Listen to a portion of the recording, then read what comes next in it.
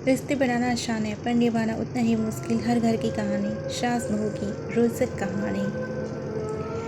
एक लड़की की नई शादी हुई थी। वह अपने नए घर मतलब ससुराल में जैसे ही प्रवेश की उसे कुछ भी अच्छा नहीं लग रहा था, क्योंकि उसकी सास हमेशा उसे हर बात पर टोकती थी और कुछ ना कुछ उसके विरुद्ध में बोलती थी। उसे अपने पिता का घर याद आने लगा। हर पिता के समान उसका पिता भी उसे बहुत प्रेम करता था। बचपन से जवानी तक पिता ने अपनी बेटी की सारी ज़रूरतों को पूरा किया था और बहुत लाडों से अपनी बेटी को पाला था।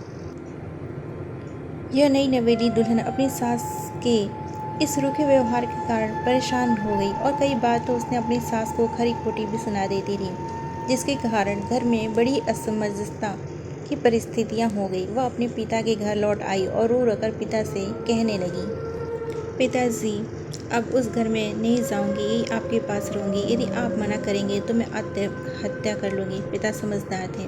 पिता ने बेटी को 2 दिन के बाद कहा, बेटी, यदि मैं तुमसे एक बार जैसा कहूँ क्या करने को तैयार हो? यदि तुम उसके बाद भी कहोगी कि तुम इस घर में मेरे साथ रहना चाहती हो तो कोई बात नहीं। बेटी ने पिता से कहा, कहिए, लेकिन याद रखना यह अंतिम बार होगा कि मैं उस घर में जाऊंगी।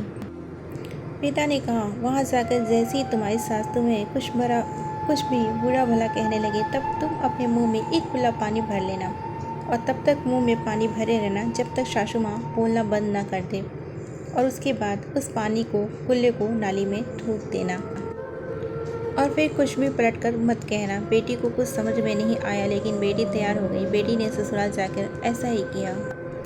जब भी सासू माँ कुछ कहना शुरू करती, तुरंत बहू मुंह में पानी भर कर लेती और बहुत देर तक भरी रहती। धीरे धीरे कुछ ही दिन में सासू माँ का व्यवहार इस बहू के प्रति नर्म हो गया। वो सोचने लगी, कितनी अच्छी बहू है, पलटकर कोई जवाब नहीं देती और गुस्सा नहीं होती। अब वो उस बहू को बेटी कहने लगी और उसकी तारीफ भी करने लगी।